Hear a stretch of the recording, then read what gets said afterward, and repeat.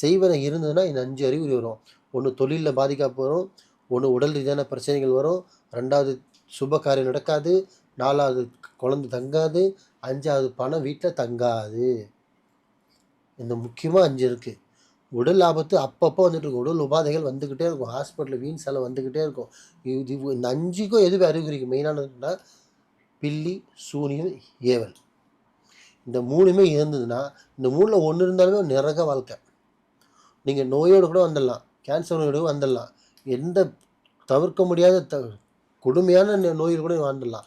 ஆனா ஒரு ஏவலாலையோ ஒரு பில்லி சூனியத்தால் நீங்க பாதிக்கப்பட்டீங்கன்னா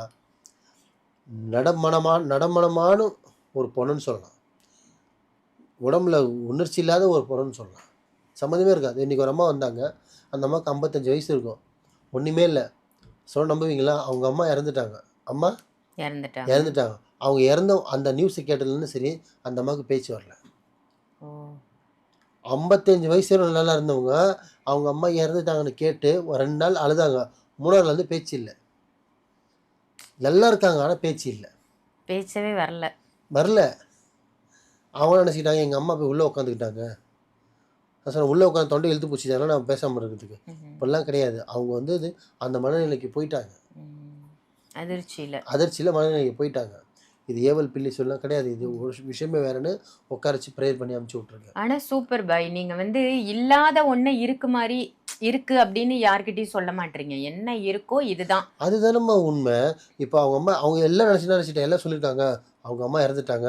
அது உடம்புல போயிட்டு பிடிச்சி என்ன இறக்கி பிடிச்சி தொண்டையை தான் அமுக்கணுமா? ஏன் கண்ணு தெரியாமல் போக வேண்டித்தானே? காது கேட்காம போக வேண்டித்தானே? நடமாடமாக படுக்க வேண்டித்தானே?